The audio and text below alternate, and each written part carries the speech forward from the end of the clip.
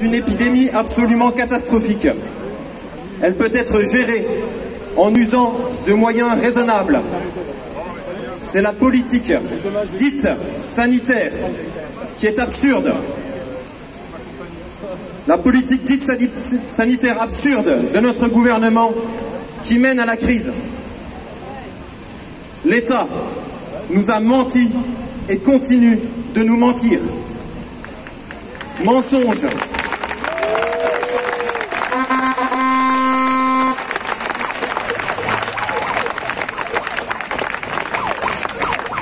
Mensonge d'une épidémie qui serait une menace majeure et qui justifierait des mesures absolument inédites. L'État a saboté et continue à saboter les véritables solutions de santé publique, notamment en empêchant les médecins de soigner, en continuant à fermer des lits d'hôpitaux, en désinformant les professionnels de santé et de secours, et demain en renvoyant toute une partie du personnel soignant et de secours.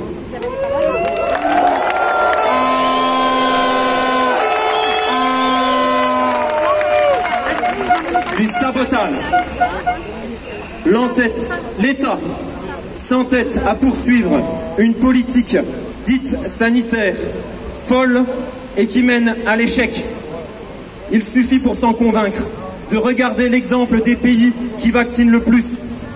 Ce sont dans ces pays, précisément, que l'épidémie repart à la hausse et les mesures coercitives également.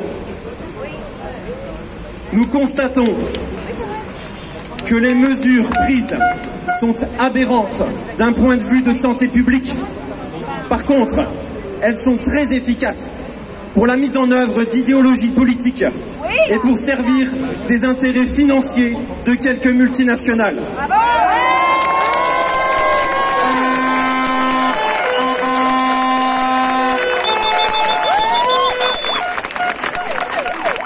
De toute évidence, cette politique n'est pas une politique sanitaire. C'est l'état d'urgence sanitaire permanent et injustifié que nous remettons en cause. Il sert de prétexte et permet les mesures complètement disproportionnées qui sont violemment imposées. C'est l'état d'urgence sanitaire qui permet que soient bafouées les règles de notre état de droit. C'est grâce à cet état d'urgence sanitaire injustifié que l'État justifie son tournant autoritaire.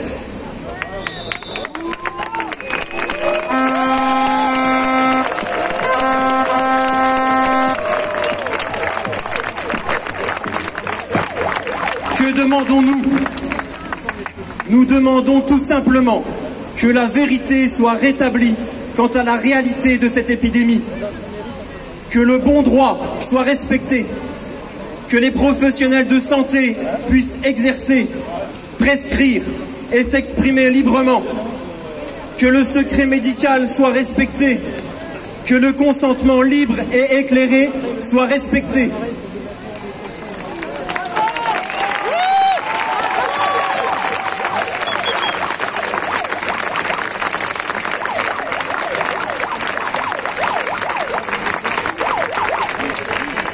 Par les lois et les décrets sur l'obligation vaccinale et le pass sanitaire, l'État français a officialisé la discrimination et la persécution d'une partie de sa population et des personnels de santé et de secours.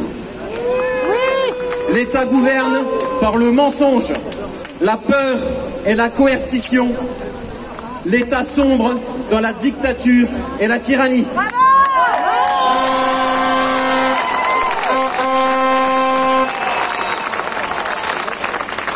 Il se croit fort parce qu'il s'appuie sur tout l'appareil des services publics.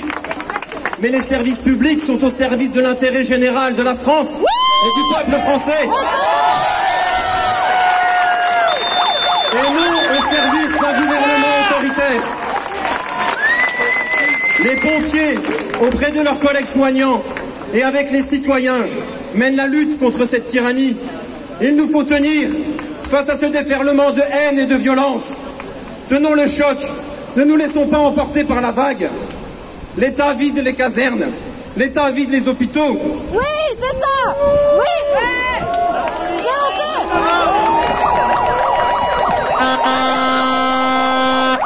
Tenons ferme à l'exemple de nos collègues d'outre-mer qui ont obligé leurs administrations à faire marche arrière par pénurie de personnel.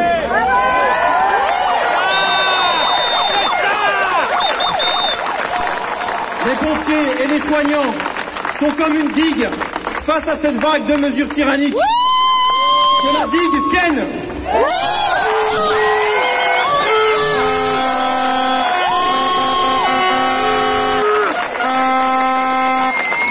Que nos collègues qui se sont vus extorquer leur consentement nous rejoignent.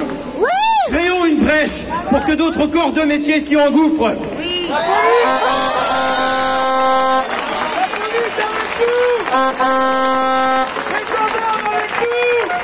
Militaires, gendarmes, forces de l'ordre, nous sommes avec vous. Soyez avec nous.